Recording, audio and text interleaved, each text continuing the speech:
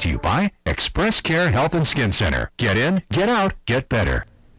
Welcome back. Tonight we are talking about migraines. They are painful headaches that can literally keep someone bedridden for days due to the excruciating pain and nausea. Express Care's Dr. Jitka Lom is here telling us more about these horrible headaches. But we also have some viewer questions now, Doc. Lauren from Manilo asks, can certain foods and drinks trigger migraines? And we did mention this earlier. We did. So like strong flavors, pickled things, smoked things, spicy things, MSG, foods that are aged like cheeses, chocolate, coffee. So all the good stuff. All the good stuff. Those can all be triggers, so just stay away from all the good stuff. All right, Victor from Jigo asks, what is, and I don't know if I'm pronouncing this correctly, tyramine? Tyramine is found in some of those foods that we just mentioned. It's a derivative of an amino acid, and it's just a chemical that's found in some foods, especially like the cheese and the red wine. I forgot to mention red wine. That would be one. It's found in those. So you can Google tyramine-containing foods, and you'll see a big list, and then you stay away from those if you have migraines and see if it helps. Because it can be a trigger then. It's a trigger. Okay. Jan from Sinahanya asks, how can you tell if a child has a headache? How is it evaluated and diagnosed? Oh, that's a really good question, because sometimes you can't really tell what's wrong with your child. And it's a funny thing that some children have even what's called an abdominal migraine. Their headache is not in their head, it's in their tummy, which makes it really difficult. That's not that common, but it can happen. But children can suffer from migraines. Many kids, or many adults that have migraines started as children, around the age of 10 or so. And you know, they'll complain of pain. They may be nauseated. They may be just kind of out of it, not really wanting to do much, complaining of pain in their head. And they, you know, people will give them a Tylenol and hope it goes away. There's no fever, no cold with it, just the headache. Sun can really trigger it in children, and dehydration. You know, they're outside running around.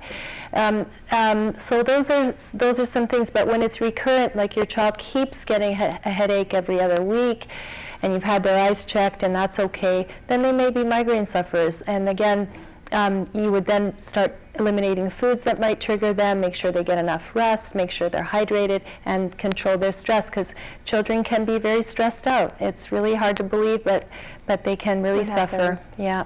It happens.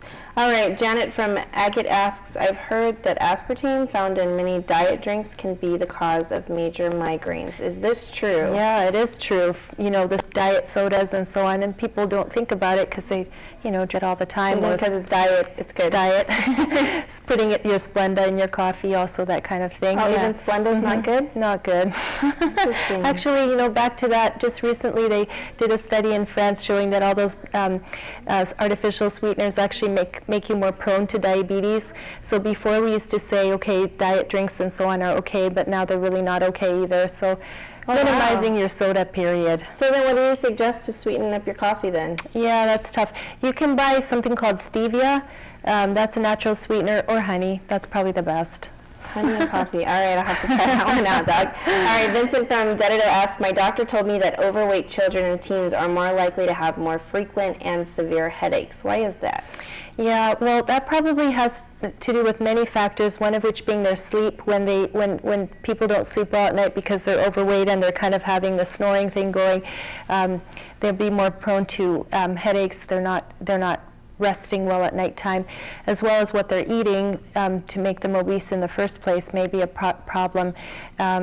In general, they're not oxygenating as well as a thinner person might. So again, get up and exercise. That'll help everything. All right.